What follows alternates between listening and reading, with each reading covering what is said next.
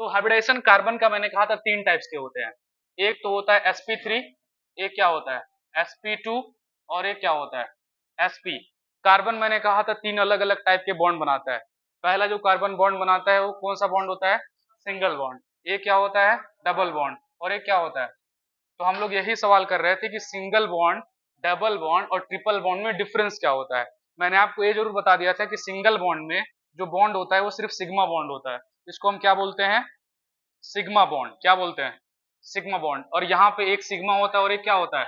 Pi bond. इसमें एक sigma होते हैं और कितने पाई होते हैं? तो सवाल मैंने ये भी उठाया था कि पाई बॉन्ड क्या होता है, मैंने भी उठाया था कि सिग्मा बॉन्ड क्या होता है। ये वाला याद आ रहा है? थोड़ा सा डिटेल की हम बात कर लेते हैं पीछे वाली। अब बताओ सिग्मा बॉन्ड कब बनता है? सिग्मा, हाँ नहीं नहीं, सिग्मा के लिए मैंने 2-3 कंडीशन दिया था। पहला कंडीशन आपको ये दिया था कि जब s ऑर्बिटल से s ऑर्बिटल कंबाइन होगा तो क्या बॉन्ड बनेगा? सिग्मा बॉन्ड बनेगा। क्लियर? यानी s s से कंबाइन होगा तो सिग्मा बनेगा। और मैंने आपको ये भी कहा था कि अगर s से कौन कंबाइन हो? p। तो अगर s से अगर आपका p कंबाइन होता है तब भी क्या बनेगा? क्योंकि p कैसा जुड़ रहा है? लीनियर। तो जब जुड़ेगा तो यहाँ पे ऐसे बनाएगा, ये भी कौन सा बॉन्ड होगा? सिग्मा बॉन्ड होगा। एक मैंने आपको थर्ड ये भी कहा था कि जब P से कौन कंबाइन हो? P कंबाइन हो तब भी क्या बनेगा? तब भी बनेगा आपके पास सिग्मा बॉन्ड बनेगा। लेकिन एक कंडीशन ऐसा था, फोर्थ नंबर कंडीशन में ऐसा था कि अगर P से कैसा जुड़ जाए? पैरेलल जुड़े, ऐसे जुड़े। पैरेलल जब जुड़ेगा तो कौन सा बॉन्ड बनेगा? पाई बनेगा। हम यही आपसे बात किए हुए थे। ये चारों बस कंडीशन माइंड में रखना। जब S S से जुड़ेगा तो सिग्मा बनेगा, S P से जुड़ेगा तब भी सिग्मा बनेगा, P से जुड़ेगा तब भी क्या बनेगा? सिग्मा। लेकिन लीनियर जुड़ेगा तब। अगर P ऐसे अगर जुड़ गया तो क्या बनेगा? पाई बनेगा। यही एक कंडीशन है पाई बनने के लिए। तो P के अलावा D और F भी पाई बना सकते हैं। क्यों? क्योंकि उनके पास ये डंबल होते हैं। ठीक है, तो बस अभी P की बात करनी है तो P की ही बात करते हैं। ऐसे जुड़ेगा तो पाई बनेगा। इसके बाद जब हमने हाइब्रिडाइजेशन की बात की थी तो हमने पहला नंबर हाइब्रिडेशन sp3 का बात किया था। sp3 की बात क्यों आई थी? क्योंकि हम ये कह रहे थे कि सपोज करिए मेरे पास एक कार्बन है और कार्बन को पता है, कार्बन के पास इलेक्ट्रॉनिक कन्फिग्रेशन जब हम कार्बन का करेंगे तो कितना आएगा? 1s2 2s2 2p2 आएगा। अगर आउटर मोस्ट ऑर्बिट देखेंगे तो 2 इलेक्ट्रॉन किस में है? s में है। और 2 इलेक्ट्रॉन किस में है? p में है। और आपको पता है s का स्ट्रक्चर कैसा होता है? स्फेरिकल। और p का कैसा होता है? डंबल से। अगर हम ये देख के चलेंगे तो कार्बन के बगल में हमने 2 s लगा दिया और 2 क्या ले लेंगे? p। और इस तरीके से अगर कार्बन किसी हाइड्रोजन से जुड़ता है, हाइड्रोजन का एटॉमिक नंबर 1 यानी क्या हो जाएगा?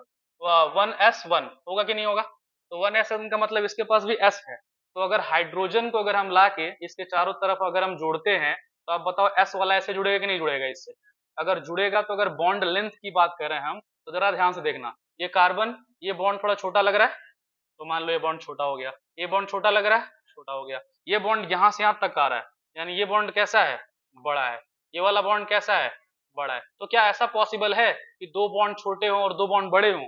जब प्रैक्टिकली देखा गया स्पेक्ट्रोस्कोपी से और बाकी मेथड के द्वारा, एक्सरे डिफ्रैक्शन के द्वारा, स्पेक्ट्रोमीटर पे या फिर कह सकते हो मॉलिक्यूलर लेवल पे, तो ये जो कार्बन का जो स्ट्रक्चर है इसके अलग अलग बॉन्ड का जो लेंथ है वो सेम पाया गया। बट देखने में कैसा लग रहा है? सब 2 छोटे होंगे और 2 क्या होंगे? बड़े। और रियलिटी में ऐसा नहीं होता। रियलिटी में क्या होता है? जो कार्बन है इसके जो सारे बॉन्ड होते हैं वो कैसे होते हैं? इक्वल लेंथ के होते हैं। सब इक्वल लेंथ के होते हैं, सब इक्वल लेंथ के होते हैं। तो ऐसा क्यों होगा? ऐसा क्यों होगा? ये तभी हो सकता है जब ये सारे बॉन्ड का लेंथ जो है वो सेम है। बॉन्ड का लेंथ का मतलब यहाँ पे जो ऑर्बिट जो बन रहे हैं आपस में जो कंबाइन हो रहे हैं इनका जो लेंथ है वो क्या हो? सेम हो। या तो सारे के सारे s हो तब हो सकता है, या तो सारे के सारे p हो तब ऐसा पॉसिबल है। तो इसी को एक्सप्लेन करने के लिए हमारे पास कॉन्सेप्ट आता है हाइब्रिडाइजेशन का। और हाइब्रिडाइजेशन में पहला हम उस दिन बात कर रहे थे sp3 का, कि sp3 कैसे बनता है। और माइंड में रखना, अगर जब हाइब्रिडाइजेशन sp3 होता है तो कार्बन कौन सा बॉन्ड बनाता है? सिंगल बॉन्ड बनाता है। ठीक है, तो चलो sp3 हाइब्रिडाइजेशन में फिर से रिवाइज कर देता हूं। सबसे पहले हम लेंगे कार्बन, इसका करेंगे इलेक्ट्रॉनिक कन्फिग्रेशन। ये हो जाएगा 1s2 2s2 2p2, ये मिल जाएगा। हमें किससे मतलब है? आउटर मोस्ट से। ठीक है, आउटर मोस्ट क्यों? क्योंकि दूसरा वाला ये भी है, दूसरा वाला ये भी है। जैसे हम इसका इलेक्ट्रॉनिक कन्फिग्रेशन 2 और 8 के रूप में लिखते तो 2 और 4 के लिखते कि नहीं लिखते? 2 और 4 लिखते हैं ना, आउटर मोस्ट में कितना इलेक्ट्रॉन आ रहा है 4, वो 4 दो s में है और दो किस में है p में है। तो जनरली अगर हम इसके आउटर मोस्ट इलेक्ट्रॉनिक कन्फिग्रेशन की बात कर लेते हैं, आउटर मोस्ट का मतलब बाहरी वाला, तो बाहरी वाला इलेक्ट्रॉनिक कन्फिग्रेशन क्या है भाई, एक तो है 2s2 है और क्या है 2p2 है। तो अगर हम इसका ऑर्बिटल बनाए तो आप देखो कैसा होगा, s का ऑर्बिटल ऐसा होता है और p में कितने होते हैं 3 होते हैं, मतलब p सब सेल में 3 ऑर्बिटल होते हैं, s सब सेल में 1 ऑर्बिटल होता है। इसके अंदर 2 इलेक्ट्रॉन जो हैं उनका जो एक वो कह सकते हो जो रोटेशन होगा वो अपोजिट डायरेक्शन में होगा। मैंने ये दिखा दिया 2 इलेक्ट्रॉन, इसके अंदर जो 2 इलेक्ट्रॉन है वो लो हम ऐसे दिखा देते हैं, एक खाली है कि नहीं है, खाली। तो नॉर्मल स्टेट में मतलब इसको हम बोलेंगे ग्राउंड स्टेट। ग्राउंड स्टेट का मतलब नॉर्मल कंडीशन में ये इसका इलेक्ट्रॉनिक कन्फिग्रेशन ऐसे होगा, जो p के 3 अलग अलग ऑर्बिटल हैं इनको हम अलग अलग नाम से जानते हैं, px py और pz के नाम से।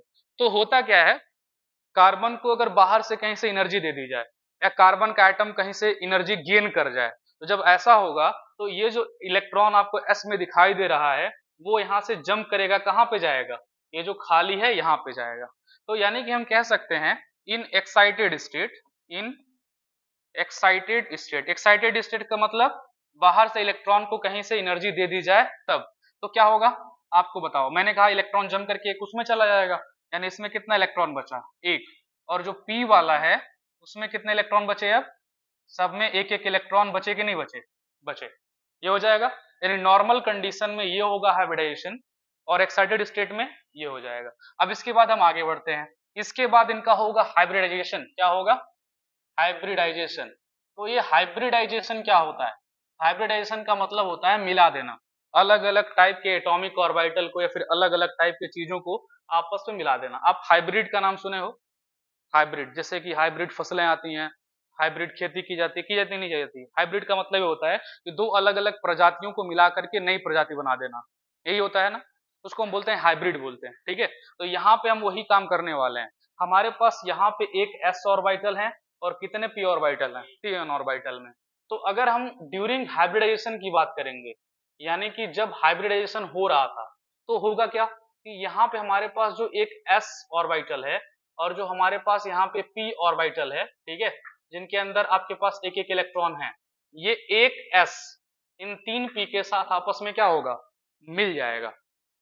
एक s उन 3 p के साथ क्या हो जाएगा, अब इसका मतलब क्या होगा, मिल जाएगा। अगर उस दिन मैं लड्डू से इनको जरा कंपेयर कर रहा था, लड्डू आपने चूज किया था मैंने नहीं किया था, तो सपोज कर लो थोड़ी देर के लिए वो वाला एग्जांपल थोड़ा इजी हो जाता है इस कॉन्सेप्ट को समझने के लिए एक्चुअल में यहाँ पे हो क्या रहा है, क्या क्या रहा है। तो थोड़ी देर के लिए आज किस चीज का लड्डू बनाए इसे हम, बोलो क्या बनाया जाए जो अच्छा लगता है। बेसन वाला तो उस दिन भी था, चलो ठीक है मान लेते हैं। थोड़ी देर के लिए बोल लो कि ये बेसन वाला लड्डू है, ठीक है मान लेते हैं ये बेसन वाला लड्डू है। और ये कौन सा वाला है, ठीक है मैंने बोल दिया ये है आपके पास मोतीचूर। तो मोतीचूर को अलग कलर से हम लोग दिखाएं तब तो होगा ना, मैं तो कहोगे ये कौन सा मोतीचूर है, वो दोनों सेम सेम है। तो चलो इसको हम मान लेते हैं कि ये मोतीचूर हो गया, 3 है ना ये, 1 2 3। सवाल ये है कि अगर इसे कोई खाए तो उसको एक का स्वाद नहीं आना चाहिए। लाइक अगर कोई इसे खाएगा तो उसको सिर्फ किसका स्वाद आएगा, बेसन का। इसे कोई खाएगा तो सिर्फ किसका आएगा, मोतीचूर का। वही हाल है यहाँ पे, अगर एस किसी से जुड़ता है तो किसका कैरेक्टर आएगा, एस से। पी किसी से जुड़ता है तो किसका कैरेक्टर आएगा, पी का। लेकिन अब हमें क्या करना है, हम क्या करेंगे, इस बेसन वाले लड्डू को इसके छोटे छोटे दाने में, मतलब इसके जो जिससे मिलके ये बनता है वो बेसन का वो छोटे छोटे दाने नहीं होते, तो बेसन का जो पाउडर दाना जो भी बोलो उसमें हम इसे ब्रेक कर देंगे। इसे जो मोतीचूर वाला है उसमें इसको ब्रेक कर देंगे इन सबको। और ब्रेक ब्रेक करने के बाद क्या करेंगे बताओ, हाँ इनको एक बर्तन लेंगे और इस बर्तन में इसको और इसको अच्छे से रख के क्या कर देंगे, मिला देंगे। तो मिलाएंगे तो इसमें बेसन वाला भी होगा, इसमें मोतीचूर वाला भी अच्छे से मिल जाएंगे। मिलाने के बाद अच्छे से फेंटना है, अच्छे से। लाइक घर पे सपोज करो बना रहे हो, अपने लिए बना रहे हो, इतना ऊर्जा होना चाहिए। जब इसको फेंट दोगे, फेंटने के बाद क्या करना है, सेम साइज के, जिस साइज के थे उतने ही साइज के अगर लड्डू बनाने तो कितने लड्डू बनेंगे, 4 ही बनेंगे भाई। वेट का रूल लग रहा है, वेट डिस्ट्रॉय हो नहीं रहा है, तो 4 लड्डू बनेंगे। तो अब ये जो 4 लड्डू बना रहे हैं हम लोग, चलो बनाते हैं। मान लो एक लड्डू ये हो गया, साइज बड़ा हो गया ना, मजा नहीं आएगा, कहोगे कैसे बड़ा हो गया। एक काम करते हैं हम लोग ये वाला, तो ये एक बना, ये एक बना, ये एक बना, ये एक बना। अब सवाल ये है कि अगर इसे कोई खाता तो उसे सिर्फ बेसन का स्वाद आता, इसे कोई खाता तो मोतीचूर वाला स्वाद आता। लेकिन सवाल अब ये भी बनता है कि अगर इसे कोई खाता है तो क्या आएगा? दोनों आएगा, क्योंकि हमने क्या किया, दोनों को आपस में मिला दिया। अब इसे कोई खाएगा तो उसको लगेगा हाँ बेसन वाला भी आ रहा है और मोतीचूर वाला भी आ रहा है, यानी एक एक लड्डू और दो स्वाद। ये मुहावरा बना सकते हैं, एक लड्डू और दो स्वाद। और यही आप लोगों का क्या होगा, तकिया कलाम बोलते हैं, नहीं बोलते, पहले की राजा महाराजाओं का होता था इस टाइप का।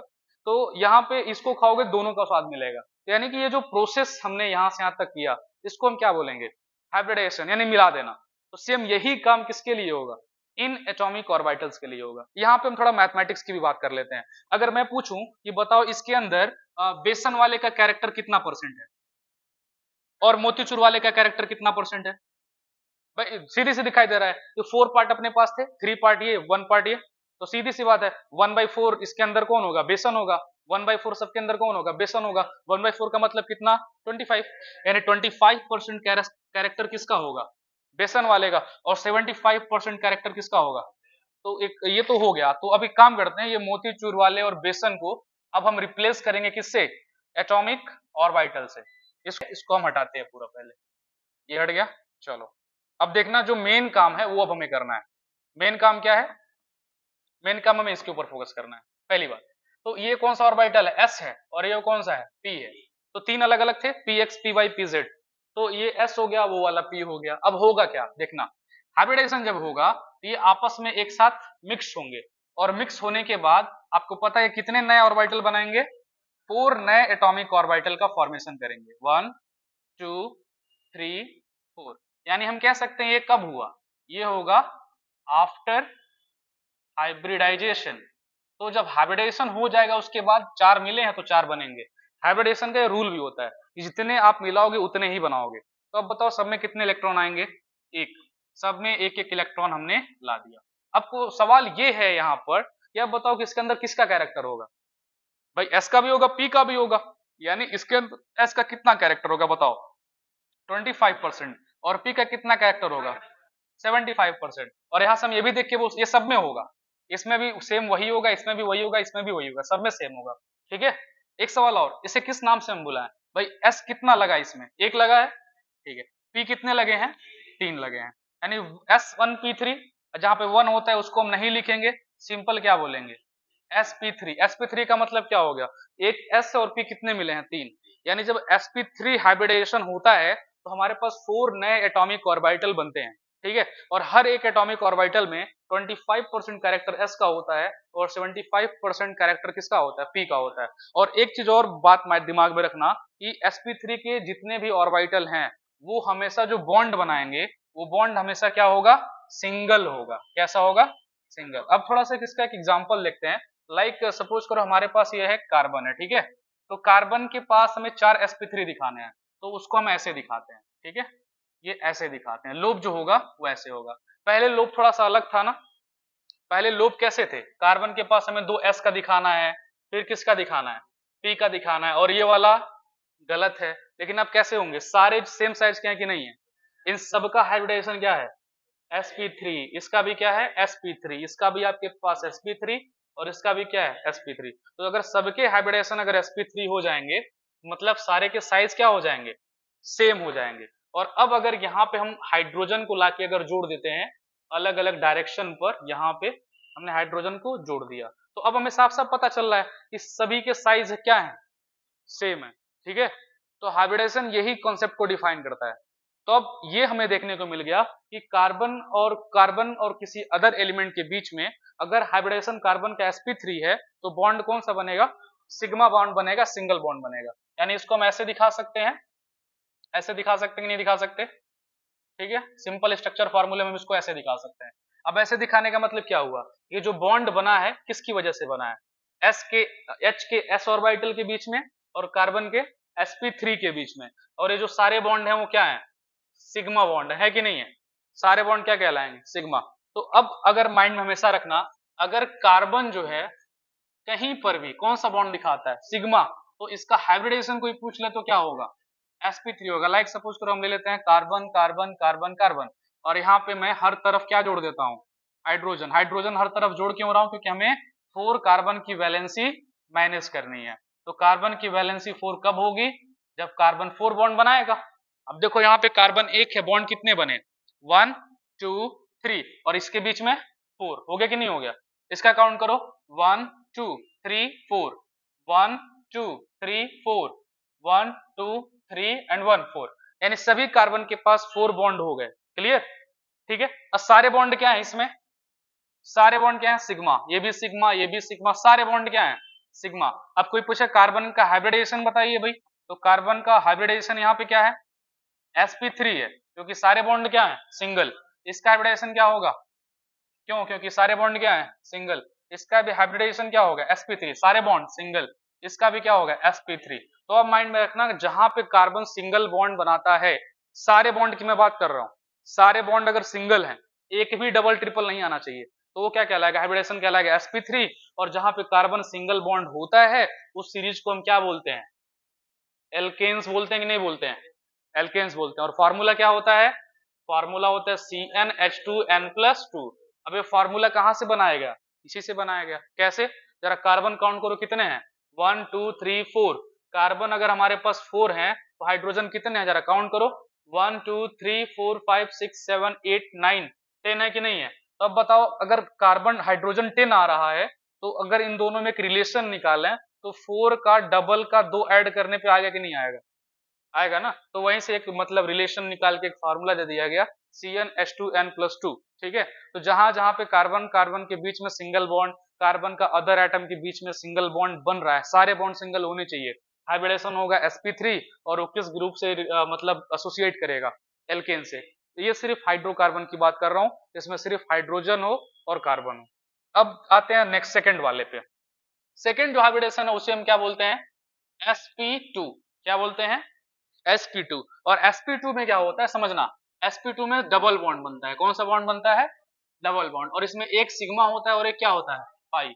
तो पाई क्या होता है मैं थोड़ी देर पहले बोल चुका हूं, पाई कब बनता है, जब p से लेटरल ओवरलैप करता है, समांतर पैरेलल बोल सकते हो, ओवरलैप करता है तो क्या बनता है, पाई बॉन्ड। तो आओ समझते हैं पाई कैसे बनता है। सपोज करो, फिर वहीं शुरू करेंगे जो यहाँ पे मैंने किया था, यहाँ पे ये याद आ रहा है ये वाला, वही सेम हम काम हम यहाँ पे करेंगे। पहले हम क्या करेंगे, कार्बन का इलेक्ट्रॉनिक कन्फिग्रेशन, इलेक्ट्रॉनिक कन्फिग्रेशन करेंगे, आ जाएगा 1s2 2s2 2p2, ये हमने कर लिया।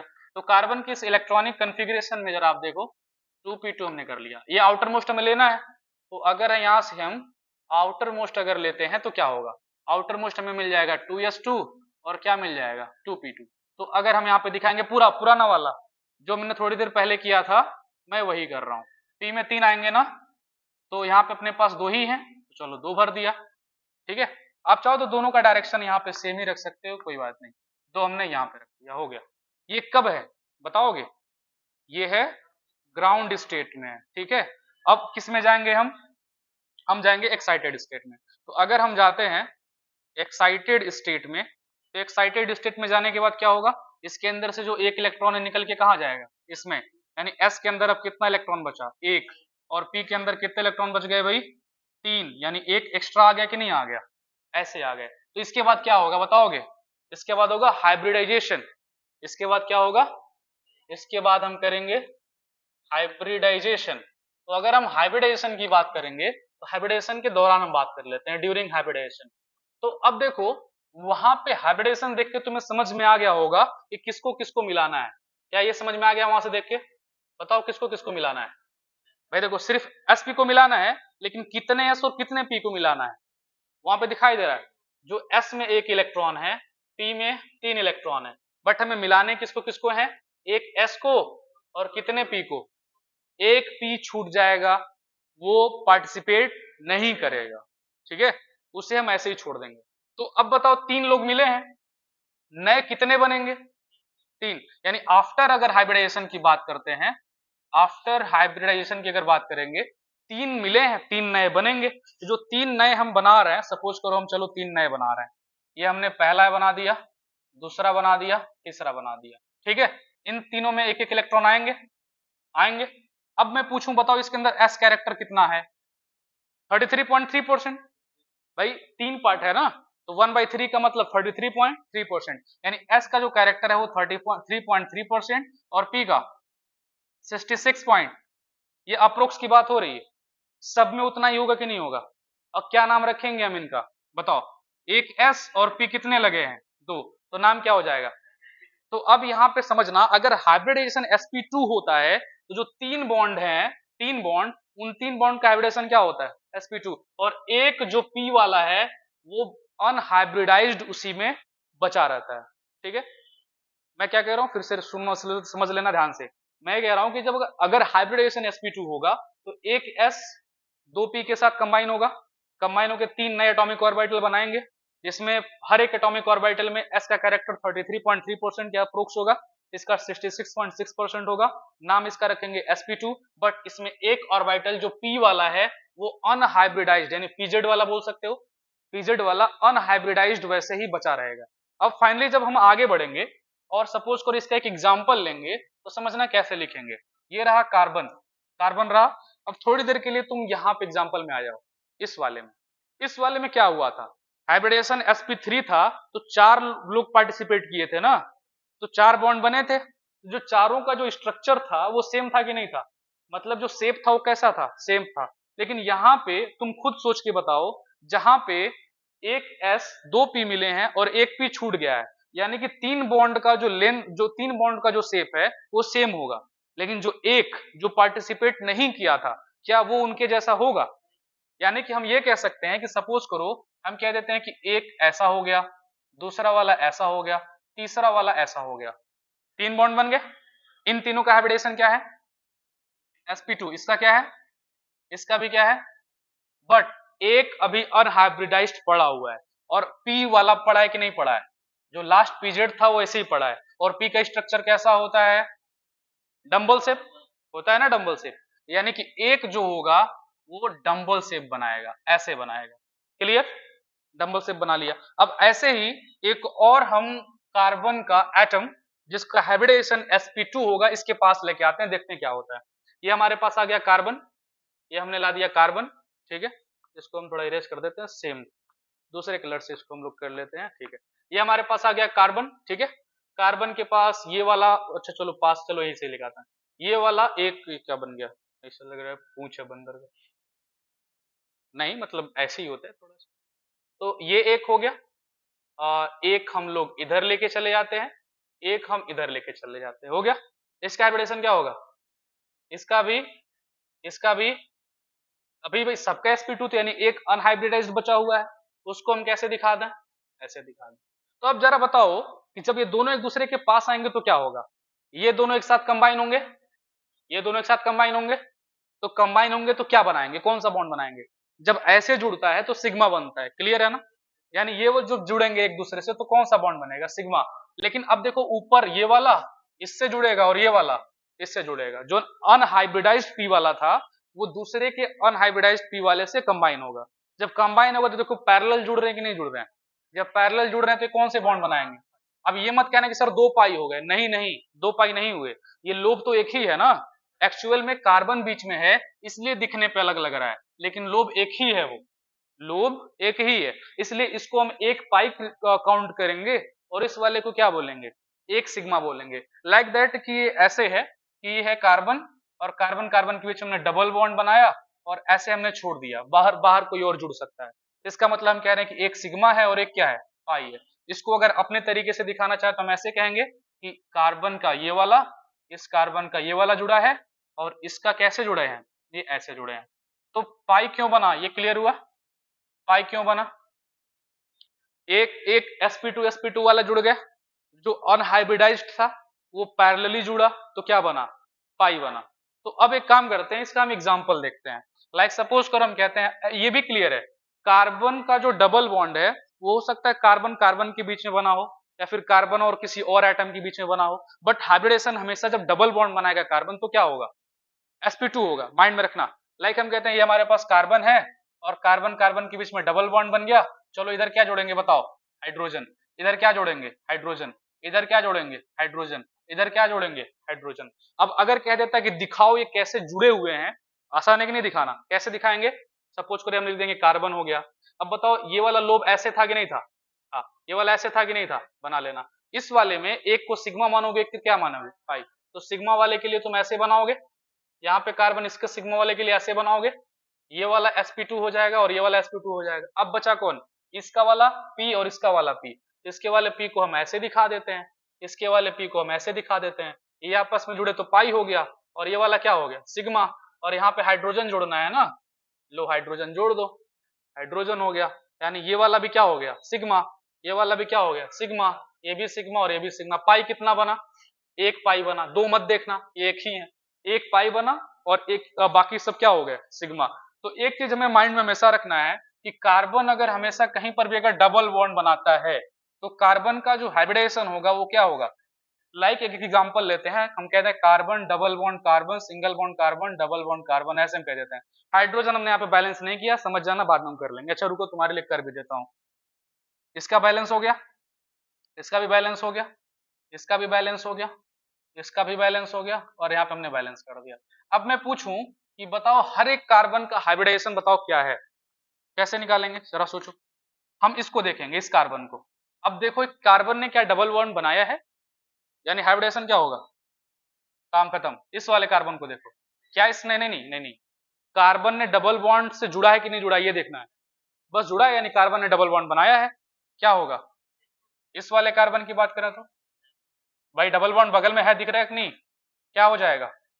और इस वाले की बात करें तो डबल बॉन्ड है, क्या होगा sp2। बट इसकी बात करें तो क्योंकि इसने डबल बॉन्ड नहीं बनाया, क्लियर है। तो यानी कि हमने दो चीजें भी देखी, क्या देखा कि अगर कार्बन सिंगल बॉन्ड बनाता है, कार्बन कौन सा बॉन्ड बनाता है सिंगल, तो हाइब्रिडेशन क्या होगा sp3, सारे बॉन्ड क्या होंगे सिंगल। अगर कार्बन डबल बॉन्ड बनाता है तो उसमें आपको हाइब्रिडेशन क्या मिलेगा sp2, और ये जो पाई बॉन्ड बन रहा है वो किसकी वजह से बन रहा है, एक अनहाइब्रिडाइज्ड p ऑर्बिटल की वजह से बन रहा है, हो जाएगा। सेम ऐसे ही हम आ जाएंगे sp पे, sp हाइब्रिडाइजेशन, sp होगा तो कौन सा बॉन्ड बनता है ट्रिपल, इसमें क्या होता है एक सिग्मा होता है और कितने पाई होते हैं। तो अब मैं डायरेक्ट तुमसे पूछूं कि दो पाई क्यों होंगे, नहीं दो पैरेलल किस वजह से आ रहे हैं, भाई यहाँ पे साफ साफ दिखाई दे रहा है, थोड़ा डिटेल में मैं नहीं जा रहा हूँ, सिंपल जानता हूँ। एक s था और p कितने थे, तीन p थे, तीनों में एक एक इलेक्ट्रॉन थे, sp के अकॉर्डिंग कौन कौन जुड़ेगा, एक s जाएगा और एक p जाएगा, ये दोनों बच जाएंगे कि नहीं बचेंगे, यानी ये दोनों मिलकर सिग्मा बनाएंगे, और ये दोनों ऐसे ही पड़े रहेंगे, वो क्या बनाएंगे, लाइक सपोज करो हम कहते थे कार्बन, और कह देते हैं कि कार्बन को चलो यहाँ पॉइंट मानते हैं क्योंकि दिखाना थोड़ा मुश्किल होगा। मान लो हमारे पास कार्बन है, तो कार्बन का एक ये वाला जो py है और pz है, तो सपोज करो py वाला हमने ऐसे दिखा दिया, एक pz वाला है ना, pz वाला ऐसे दिखा दो, ये कौन सा वाला है pz वाला है। अभी ये दो बचे हैं कि नहीं बचे हैं, तो इन दोनों लोब्स को हम छोटा छोटा दिखा दें, कोई दिक्कत। मान लो हमने कह दिया कलर थोड़ा चेंज कर लेते हैं, हमने कह दिया कि ये वाला ऐसे हो गया, ठीक है। तो इसके अकॉर्डिंग समझना, एक और मैं यहाँ पे बना देता हूं, कार्बन है ये, ठीक है, कार्बन का ये वाला मैं बना रहा हूं, ये वाला ये हो गया, एक ये वाला, इसको हम चलो इधर दिखा देते हैं, और दो अपने पास क्या है पी वाले हैं, दो पी वाले को चलो दिखा देते हैं, एक पी ये हो गया और एक पी और दिखा दो, एक पी ये हो गया। तो कार्बन कार्बन के बीच में जो sp2 वाले हैं वो ये है कि नहीं है, सॉरी sp वाले हैं, sp वाले हैं, sp वाले हैं, ये भी क्या है sp वाला है। यानी एक कार्बन के पास सिर्फ कितने sp ऑर्बिटल के sp बॉन्ड होंगे, भाई दो होंगे, या दो ही तो लग रहा है, दो होंगे, यानी ये दोनों मिलके क्या बनाएंगे सिग्मा। बट अगर ये इससे जुड़ गया और ये वाला इससे जुड़ गया तो ये दोनों क्या बनाएंगे, तो साफ साफ दिखाई दे रहा है कि एक कार्बन जिसका हाइब्रिडाइजेशन sp होगा दो बॉन्ड सिग्मा बनाएगा और दो बॉन्ड क्या बनाएगा पाई, ये क्लियर है। तो बस यही है, थोड़ा सा इसका डिटेल हम लोग थोड़ा कल देखेंगे क्योंकि मुझे लगता है टाइम ज्यादा हो गया आपके लिए, हो गया कि भी है मतलब, ठीक है ना, अभी छोड़ दूं, घर जाने में भी टाइम लगेगा, या तो कहोगे इसके अंदर डीप चला जाता हूं मैं, टाइम है, बोलो बोलो जल्दी बोलो, तो चलो मुझे क्या करना है। तो sp वाला हाइब्रिडेशन मुझे ये करके नहीं बताना पड़ेगा, अब हमने दो देख लिए हैं, क्या हम ऐसे करके फिर तो नहीं बताना शुरू करा ना, ये तो समझ ही गए कि हो क्या रहा है वहां पे। तो अगर हम कह देते हैं sp3 की अगर बात कर sp की बात कर लेते हैं, तो sp में थोड़ा हम देख लेते हैं क्या होता है। sp में मैंने ये कहा कि कार्बन कार्बन के बीच में ट्रिपल बॉन्ड बनेगा, क्लियर, और दो क्या होंगे दो सिंगल बॉन्ड होंगे। इस वाले में एक सिग्मा होगा और पाई कितने होंगे, दो पाई होंगे, और ये क्या होंगे सिग्मा और ये क्या होगा, सिग्मा। स्ट्रक्चर जो थोड़ी देर पहले हमने बनाया, यहाँ पे मैं इसका बना के दिखा देता हूँ। ये हम कार्बन लिख ले रहे हैं, ये हम कार्बन लिख ले रहे हैं, ठीक है। इसमें जो एक सिग्मा है वो ऐसे बना होगा, ऐसे ही तो बना होगा, और इसका हाइब्रिडेशन क्या होगा, sp, और इसका क्या होगा, क्लियर। और ये वाला भी सिग्मा बना है, यानी ये हाइड्रोजन का लिया होगा s वाला, और ये क्या बना है, sp2 और s, यानी ये भी सिग्मा है, ये भी सिग्मा है, यहाँ पे कर दो, इधर कर दो, ये भी सिग्मा है। पाई वाला बनाना है, पाई वाले के लिए हमें दोनों के लिए दो दो लोब्स चाहिए। तो मान लो इसका लिए पहला लोब्स हम कह देते हैं ये है, और इसका हम कह देते हैं कि दूसरा लोब्स ये है। इसके लिए पहला लोब्स इसका ये है, और इसके लिए इसका जो दूसरा लोब्स है ये है। ये इससे जुड़ेगा और ये वाला इससे जुड़ेगा, तो यानी कि आपको एक पाई ये देखने को मिलेगा और एक पाई ये देखने को मिलेगा, काम बन जाएगा। तो यहाँ पे पूरा फोकस आपको दो बातों पे करना है, दो तीन बातों पे। पहला कि अगर बॉन्ड बना रहा है कार्बन तो उसका हाइब्रिडेशन क्या है, और बॉन्ड जो बन रहे हैं उसमें कितने सिग्मा है और कितने पाई है। तो एक बार सबको हम एक साथ पूछते हैं आपसे, आप जरा बताना। तो ये कार्बन है, सारे बॉन्ड सिंगल है, हाइब्रिडेशन क्या होगा, sp3 होगा। कार्बन है, एक डबल बॉन्ड है, दो सिंगल बॉन्ड, हाइब्रिडेशन क्या होगा, sp2 है। कार्बन है और ये बना रहा है एक ट्रिपल बॉन्ड एक सिंगल बॉन्ड, हाइब्रिडेशन क्या होगा, sp होगा। अब बताओ sp3 में s कैरेक्टर कितना होता है, s का जो कैरेक्टर होता है वो कितना होता है, s का कैरेक्टर होगा 25%, इसके अंदर आ जाएगा s का कैरेक्टर। और p का कैरेक्टर कितना होगा, s का जो कैरेक्टर होगा वो होगा 75%। कहीं कहीं पे mc, हाँ हाँ p का, सॉरी p का, p का, p का हो गया। कहीं कहीं पे हो सकता है एमसीक्यू जब देखोगे जेई वाला नीट वाला, तो वहां पे पूछेगा इसका जो परसेंटेज कैरेक्टर की जगह पे कह देगा कि 1/4 लिख देगा, या फिर 1/3 ऐसे करके देगा, तो चूज कर लोगे ना। 25% का मतलब कितना, तो ये काम कर लेना, इसमें कोई दिक्कत नहीं है, ठीक है। तो परसेंटेज कैरेक्टर की बात हो गई। इस वाले में परसेंटेज कैरेक्टर कितना होगा, एस का 33.3, मतलब अप्रोक्स ही है क्योंकि वो उतना नहीं जाएगा। और पी का कितना होगा, 66.6%। अब यहाँ पे एस कैरेक्टर कितना होगा, 50% एस का होगा, और यहाँ पे पी कितना होगा, 50% होगा, ठीक है। इतनी बात तो क्लियर हो गई। यहाँ पे एक बात और समझना, इलेक्ट्रॉन खींचने की बात, जिसको हम बोलते हैं इलेक्ट्रोनिगेटिविटी, ठीक है, इलेक्ट्रोनिगेटिविटी। और एक और चीज हम बात कर लेते हैं जिसको हम बोलेंगे रिएक्टिविटी, ठीक है। तो यहाँ पे थोड़ी देर पहले हमने दो बॉन्ड के बारे में बात करी थी, एक सिग्मा के बारे में और किसके बारे में, पाई के बारे में। तुम थोड़ा खुद अपना दिमाग लगाना कि अगर कोई रस्सी हम ऐसे करके बांधते हैं और कोई रस्सी हम ऐसे करके बांधते हैं तो कौन ज्यादा मजबूत होगा। लाइक ये कुछ ऐसे है कि हमने दो रस्सी को ऐसे बांधा, खींचेंगे तो भाई गांठ पड़ेगा और ज्यादा मजबूत होगा, और रस्सी को ऐसे चिपका के बस रख देंगे तो मजबूत होगा। यानी इन दोनों में से मजबूत कौन होगा, सिग्मा। यानी सिग्मा बॉन्ड स्ट्रांग होता है किससे, पाई से। पाई वीक होता है और सिग्मा क्या होता है, स्ट्रांग होता है। तो कहीं बाहर अपने दिमाग में कहीं इसको रख लेना जरूर, जो सिग्मा है वो वीक होता है। किससे ज्यादा, किससे किससे वीक होता है ये, पाई से। सिग्मा पाई से वीक होता है। Mind, sorry sorry sorry sorry sorry sorry sorry sorry sorry, यहाँ पे मैंने वीक लिख दिया। ये ठीक था, ये ठीक था, ये ऐसे ही रहेगा, उल्टा इसको करना पड़ेगा मुझे, ये पूरा हट जाओ। हाँ, मैं ये कह रहा था कि जो सिग्मा है वो पाई से क्या होगा, वीक। तो वीक अगर दिखाना है तो चलो हम दिखा लेते हैं।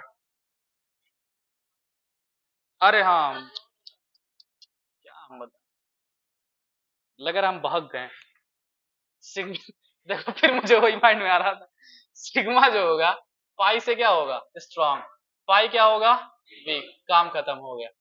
सिग्मा हमेशा मजबूत होगा, रीजन मैंने बता ही दिया कि वो ऐसे जुड़ रहा है, पाई ऐसे जुड़ रहा है। तो इस हिसाब से जरा ये बताओ, रिएक्टिविटी की भी हम बात करेंगे और इलेक्ट्रोनिगेटिविटी की बात करेंगे। इलेक्ट्रोनिगेटिविटी का मतलब ये होता है कि कोई किसी से कितना आसानी से जुड़ जाएगा, कितना आसानी से बॉन्ड बनाएगा, कितना आसानी से इलेक्ट्रॉन खींच लेगा। जिसके अंदर एस कैरेक्टर ज्यादा, माइंड में रखना, जिसके अंदर एस कैरेक्टर ज्यादा उसका इलेक्ट्रोनिगेटिविटी ज्यादा, ठीक है, माइंड में रखना। एस कैरेक्टर ज्यादा, इलेक्ट्रोनिगेटिविटी ज्यादा। सवाल उठा सकते हो एस का ज्यादा की इलेक्ट्रोनिगेटिविटी ज्यादा क्यों, बताओ एस कैसा होता है, तो न्यूक्लियस के पास है कि नहीं है, और पी वाला न्यूक्लियस से दूर होता है कि नहीं होता है। जो इसके इलेक्ट्रॉन न्यूक्लियस के दूर है वहां पे फोर्स ऑफ अट्रैक्शन ज्यादा लगेगा, तो सीधी सी बात है, इसीलिए इसका ये वीक है और ये वाला थोड़ा सा क्या है, स्ट्रॉन्ग।